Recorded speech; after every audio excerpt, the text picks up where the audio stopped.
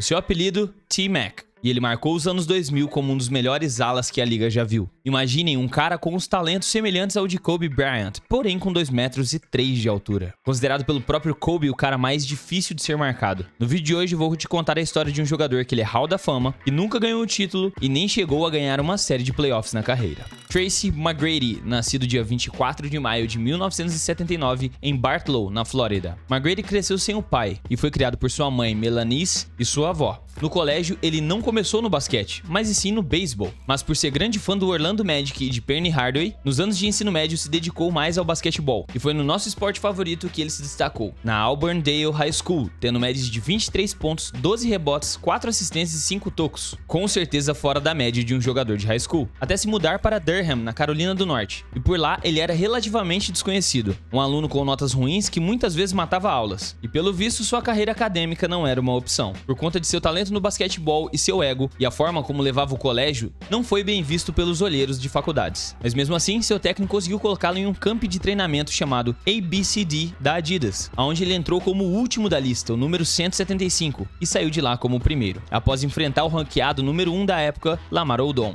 E na partida levar a melhor sobre o seu adversário. Fora que ele também foi considerado o melhor jogador desse evento, então ele saiu literalmente do último pro primeiro. Nesse ano ele também foi nomeado para o All-American McDonald's, onde recebeu as honras de melhor jogador do evento. Ganhou também o prêmio individual como jogador de basquete do ano pela USA Today, além de anotar 27,5 pontos com 8,7 rebotes e 7,7 assistências em seu último ano pela Mount Zion Christian Academy. McGrady ainda considerou jogar basquete universitário na época, pela faculdade de Kentucky, mas inspirado por outros jogadores como Kevin Garnett e Kobe Bryant, decidiu entrar direto na NBA, se declarando apto para o draft após o seu último ano de colégio. E deu certo. Tracy McGrady foi selecionado como a 9ª escolha geral pelo Toronto Raptors no draft da NBA de 1997. Na época, a franquia do Toronto Raptors tinha apenas 2 anos de existência. Foi fundada em 1995 e o draft de Tracy McGrady foi um grande passo para o time. Durante a maior parte da temporada de 1997-98, ele teve pouco tempo de jogo, com médias de apenas 18 minutos por jogo, além de 7 pontos e 4 rebotes. Nos vestiários, foi muito criticado pelo técnico Darrell Walker, que duvidava da ética de trabalho de Tracy. McGrady, com 18 anos, descreveu seu ano de estreia como um inferno. Ele saiu do calor da Flórida para o frio do Canadá, sentindo-se solitário em Toronto e dormindo até 20 horas por dia em seus dias vagos. Porém, isso estava prestes a mudar. Na temporada de 1998-99, os Toronto Raptors trocaram de técnico para o Butch Carter, que concordou em dar mais minutos para o jovem se ele se dedicasse mais nos treinamentos. Também trocaram de estádio e convocaram seu primo, Vince Carter, que tinha sido a 5ª escolha do draft de 1998 pelo Golden State Warriors. E a partir daquele momento, os dois tornaram-se inseparáveis,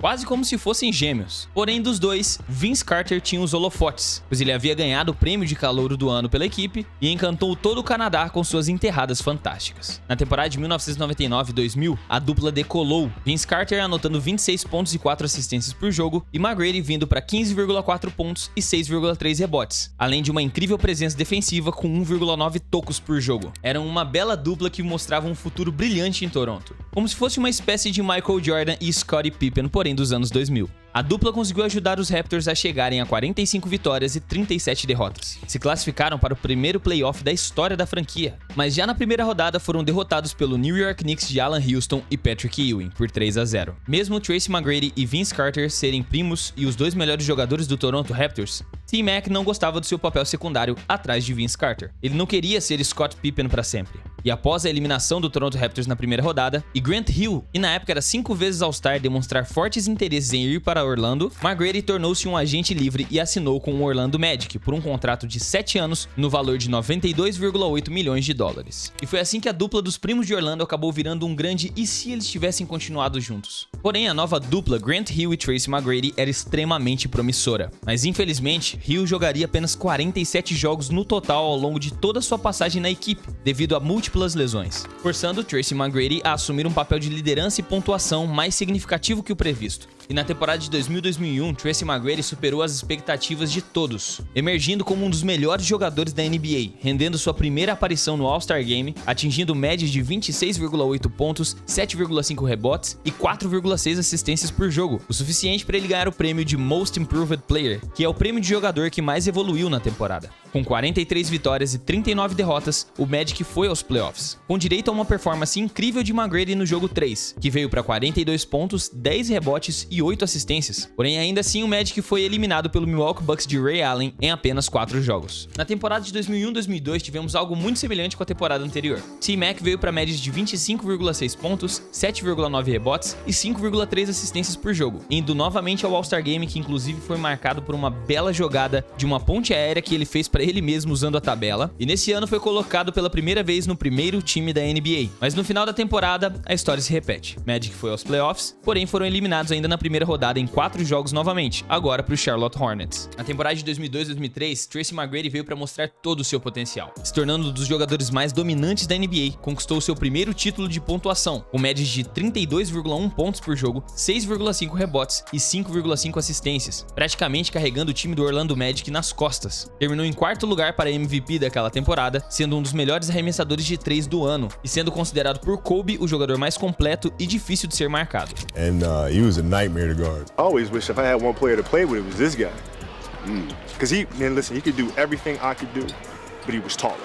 O Orlando Magic foi aos playoffs, enfrentando a melhor defesa da liga na época, o Detroit Pistons de Ben Wallace. No jogo 1, T-Mac fez 43 pontos, para começar a série já com o pé direito. E nos jogos seguintes, o Magic lideraria a série por 3-1. E após a vantagem e jogos dominantes de Tracy McGrady contra os Pistons, e com arrogância, T-Mac presumiu a vitória respondendo a uma entrevista com a seguinte frase, abre aspas, é muito bom chegar ao segundo round dos playoffs. Mas não foi bem assim que aconteceu. O time dos Pistons, liderados por Ben Wallace, fizeram ele engolir as palavras, ganhando jogo atrás de jogo, forçando a eliminação do Orlando Magic por 4-3 na série. Na temporada seguinte, 2003-2004, veio seu segundo título de cestinha da liga. Médias incríveis de 28 pontos, 6 rebotes, 5,5 assistências por jogo. E nessa temporada ele teve o recorde de pontuação de sua carreira, com 62 pontos contra o Washington Wizards. Mas o Magic também enfrentava sérios problemas. Eles já começaram a temporada regular perdendo 10 dos 11 primeiros jogos. O técnico Doc Rivers foi demitido, o time lutou contra várias lesões de vários jogadores, ficando em último da Conferência Oeste com 21 vitórias, o que irritou muito Tracy McGrady e o fez pedir troca da equipe. Na temporada de 2004-2005, ele foi mandado lá para o Houston Rockets, em uma grande troca que mandou ele, Tyronn Lue e Juwan Howard para o Rockets, e o Magic recebeu Steve Francis, Coutinho Mobley e Kelvin Cato. McGrady estava muito animado para formar uma grande dupla com o chinês Yao Ming, mas na minha humilde opinião, esse foi o primeiro grande erro de sua carreira, já que no mesmo ano que ele foi trocado, o Magic acabou draftando o Dwight Howard, que em pouco tempo se tornou o pivô mais dominante e o mais próximo jogador que tivemos de Shaquille O'Neal. E imagina só, poderíamos ter visto um Kobe and Shaq 2.0 em Orlando, sendo o segundo grande e se ele tivesse ficado na franquia de sua carreira. Nessa temporada, McGrady fez uma partida que no mínimo é considerada lendária. Foram 13 pontos em 33 segundos, a maior pontuação por um único jogador nos últimos 33 segundos de jogo da história da NBA. Foram 4 bolas de 3, além de uma jogada para 4 pontos na cabeça de Tim Duncan. As médias nessa temporada de Tracy McGrady foram de 25,7 pontos, 6,2 rebotes e 5,7 assistências por jogo, ele indo novamente ao All-Star, e ele iria por 7 anos consecutivos. Mas no geral, a temporada começou lenta para o Houston Rockets, mas o time foi encaixando e eles conseguiram terminar com 51 vitórias, levando o time até os playoffs, enfrentando o Dallas Mavericks na primeira rodada. Na série, ocorreu um dos lances mais memoráveis de sua carreira, uma enterrada para cima do pivô Shawn Bradley, que tem 2,29 m de altura. Mas a série não foi fácil, ela iria até um jogo 7, onde tivemos uma das piores derrotas da história de um jogo 7 de playoffs. Foram 40 pontos de diferença, mesmo ele e Yao Ming combinados fazendo 60 dos 76 pontos da equipe.